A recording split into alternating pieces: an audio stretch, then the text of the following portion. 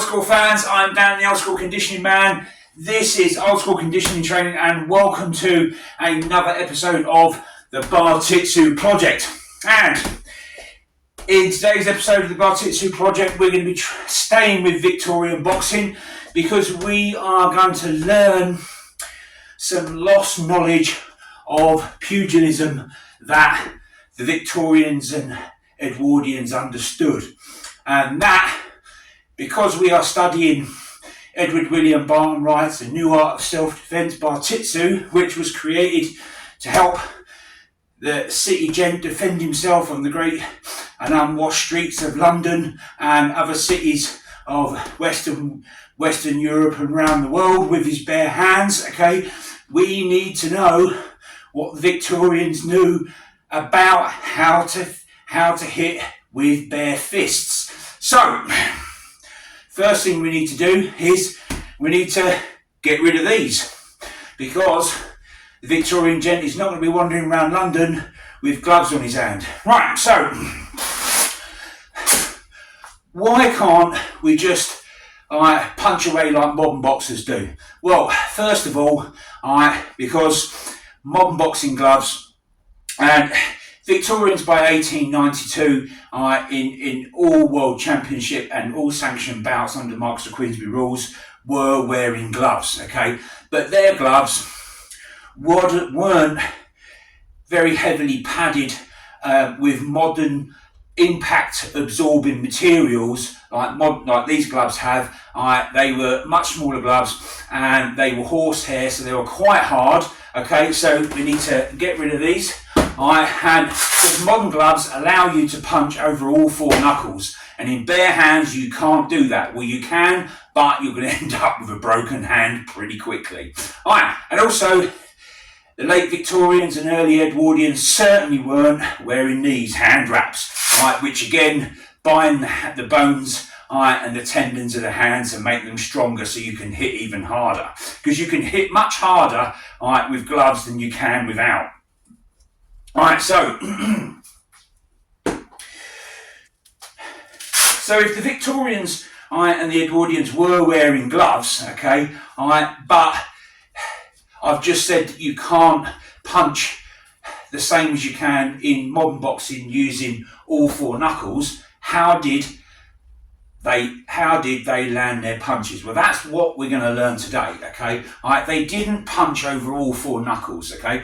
What they did, they punched with the bottom three knuckles. And why? Is because even from 1892, all of the boxers, even though they were wearing gloves, had only just transitioned from bare knuckle World Championship bouts, okay? So all of them had a lot of experience of just boxing in their bare hands, okay? And that fundamentally changes not how we've learned to throw punches, but how we structure the hand and how we land the hand when we land a blow, okay? So the first thing we're going to look at is how to close the fist, and then what we need to do with the fist, and then we're going to talk about structure of the arm, and then we're going to get on to landing the punches on the bag, and then we'll look at that, and then we'll talk a little bit more. Right, so the first thing, okay,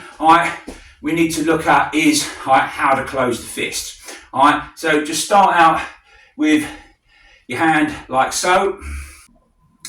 Have your hand at that, thumb uppermost, okay? What you're going to do next is you're going to bend your middle knuckles, okay, and bring the tips of your pads of your fingertips into the inside of your knuckle pads on your palm, okay, pressing quite tightly, okay, and then you're going to roll them in, and make a really tight fist, okay, then pull the thumb down, okay, and you're making a really tight fist, okay, and you do that with both hands, okay.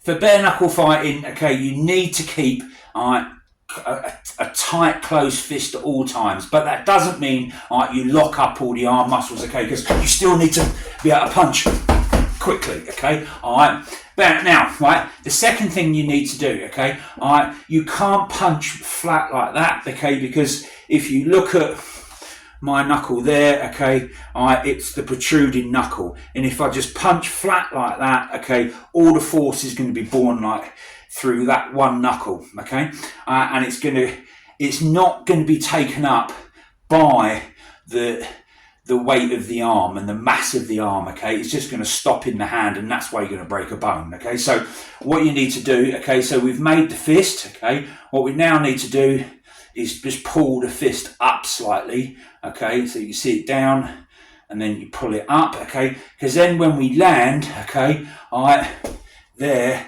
all right, you'll see there's a nice straight line between, all right, the pinky finger, your lower knuckle, and the elbow, because that means then as you land, okay, you're landing on a nice flat broad surface, okay, with the third knuckle and then the two knuckles below it landing. The fourth knuckle doesn't really come into contact, all right, so then all that force is coming up the arm. So if I hit with 20 kilograms of force, okay, 20 kilograms of force is going to come down the arm, but it's going to be taken up by the mass of the arm and the shoulder, okay. If I hit like that, it won't, it just stays in the hand and I break a bone in my hand. Right, so we've looked at how to close the fist, right, and how the arm needs to be structured when we land, okay, all right, but we're not going to get straight onto the bag yet, okay. What we're going to do is, so we're going to talk a little bit about guards, okay. We don't need to change, all right, the way that we've already learned the guard positions, okay, because we're already, all right, in this sort of position, which is, all right, the classic, sort of 1867 Edmund Price guard.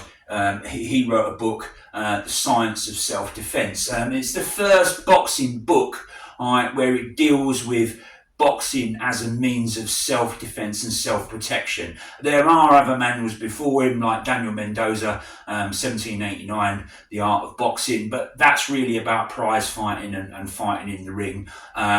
You know, he does say some other things as well, but it's really just about that. But it wasn't until Edmund Price's book of 1867 that, you know, that's the first time that someone actually wrote a book about boxing purely as self-defense, right? Okay, doesn't mean that you can't use modern boxing as a good form of self-defense. You've just got to change the way and the angle that the fist hits, because otherwise, like I've just said, you're going to start breaking bones once you start punching people in the head and the face. Okay, all right. So, all right, we've already learned, all right, you know, from the Joseph Charmont Savate manual that we've been using, okay, all right, and it's a big part of Bartitsu, all right. You know, we're a little bit heavy on the back foot, and that's because, you know, in Savate you're kicking as well, but also with Price he's slightly like that. And if you look below, okay, you'll see, all right, some of the world champions from 1882 to about 1905. Okay, all right, the first one here is John L. Sullivan, the first and only world champion to be world champion in both bare knuckle and gloved eras, right? Because his first fight, when he was the first world champion of the world ever, that was in 1882. That was a bare knuckle fight that he won. And then he also fought, he was undefeated for 10 years until he come up against a man called Jim Corbett in 1892. Okay, and 1892, the Marquis of Queensberry rules by then had said, right, all sanctioned bouts for boxing will be in gloves. So 1892 was the beginning of the mandatory gloved era. Okay, all right, and you can see, all right, that John L. Sullivan is pretty much taking up the classic sort of Price guard, right? And also you can see, if you look at his hands, okay, he's angling his thumb and upper knuckles upwards, okay, so he's ready to strike onto the lower three knuckles, and there's a straight line between, you know, his pinky knuckle and his elbow, okay, so the arm is well structured once he hits to, you know, take up the force by the weight of the entire weight and mass of the entire arm. All right. The next picture you'll see is, you know, the guy that beat him, Jim Corbett. It's a slightly smaller guy. Okay. All right. He's taking up a guard more like that, okay, all right, but you know, they did lean off to the side as well, but they're still keeping a hand forward to keep the distance, and that right arm, as we've said before, is guarding the mark, okay, i.e. your solar plexus, the elbows covering the liver, okay, and your bottom rib, and it's ready to throw, you know, that big second punch, all right. There's another picture of Jim Corbett, this time with gloves on, but he's still in this guard of keeping the right hand close, guarding the body and keeping that hand out, okay, even though his hand's a little bit lower, all right, but it doesn't really matter. Sometimes they're low, sometimes they're up a little bit higher, but you know, that left hand is still out, right. Yeah, there's others like Bob Fitzsimmons, and you know, and Jim Jeffries, who was world champion from 1900 to 1905.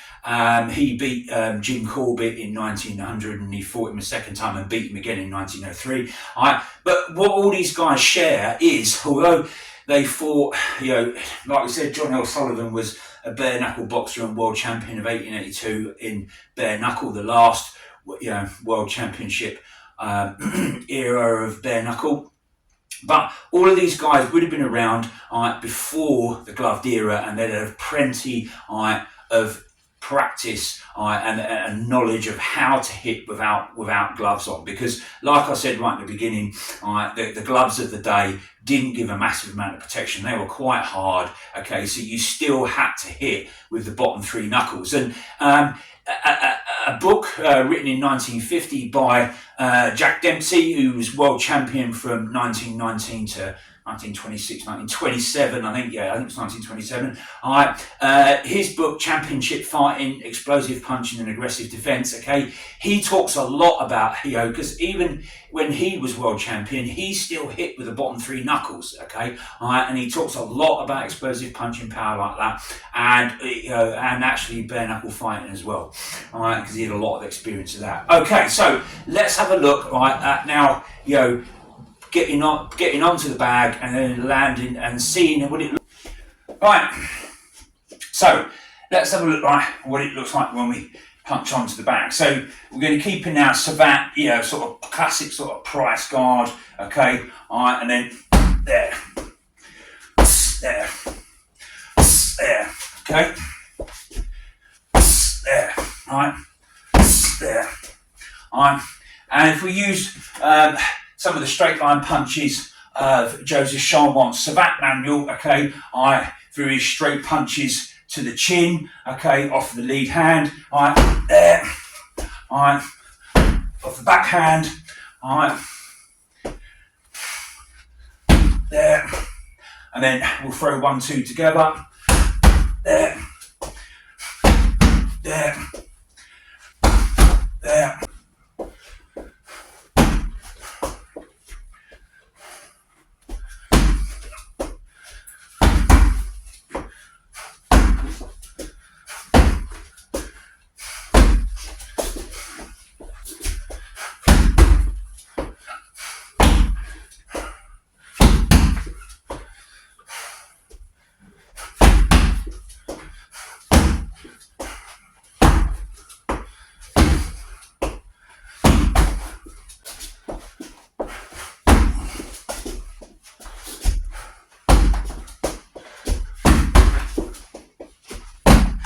And as you can see, I'll put a picture up, there's a close-up of when my hand lands, that you can clearly see that the top knuckle is actually not engaging. I am striking straight onto the bottom three knuckles, okay, there, okay. Even when using, some of Joseph Chalmont's straight lead punches to the face, there, there, which are coming up either side, just underneath the chin, because he says, you punch on with the knuckles, okay, but in his book, in these two manuals that we've been using for the punches, they're written in 1899 and 1901, okay, although he says that you punch onto the knuckles, not with the bones of the fingers, he doesn't say that you only use the bottom 3 knuckles. So why is that? Okay, well, it's quite simple really. Is because they're not written for students like us in 2024. Okay, they're written for students of when they were boxing, and it's assumed applied knowledge that you know. Okay, because they were boxing in the pre-gloved era.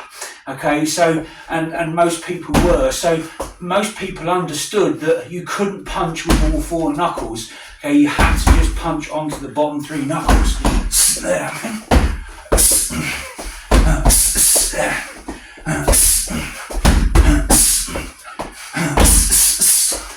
Okay, alright, so that's why, I mean, it's similar in sword fencing manuals, right?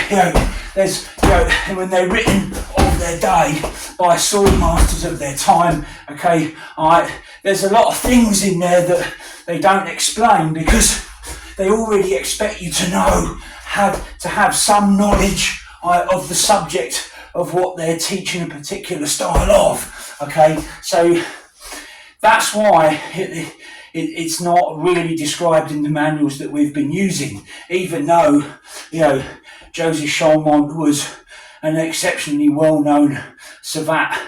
Now, so we've looked at why we need to punch onto the 3 lower knuckles, okay, right?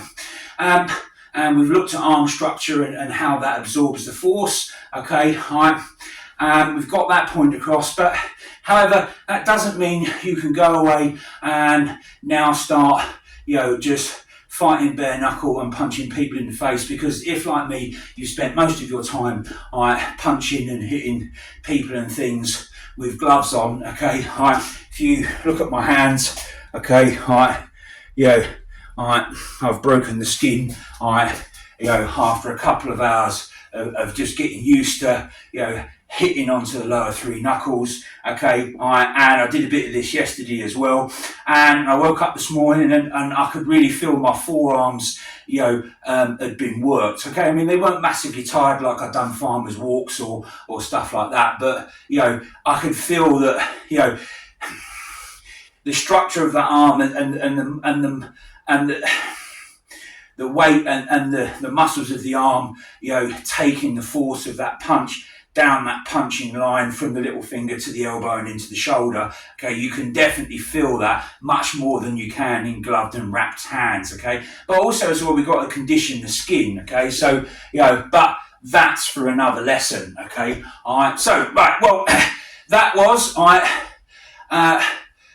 learning, a lost piece of knowledge of pugilism and finding out about it from the late Victorian and early Edwardian era of boxing, okay, and beginning our journey of bare knuckle fighting for self-defense in Bartitsu, of 1898 to 1902. And remember guys, if you've enjoyed the video, don't be no crazy fool, hit that subscribe button and follow down at old school. Right, thanks for watching. Okay, there's going to be more videos on this. Okay, this is just a quick one. And thanks for watching.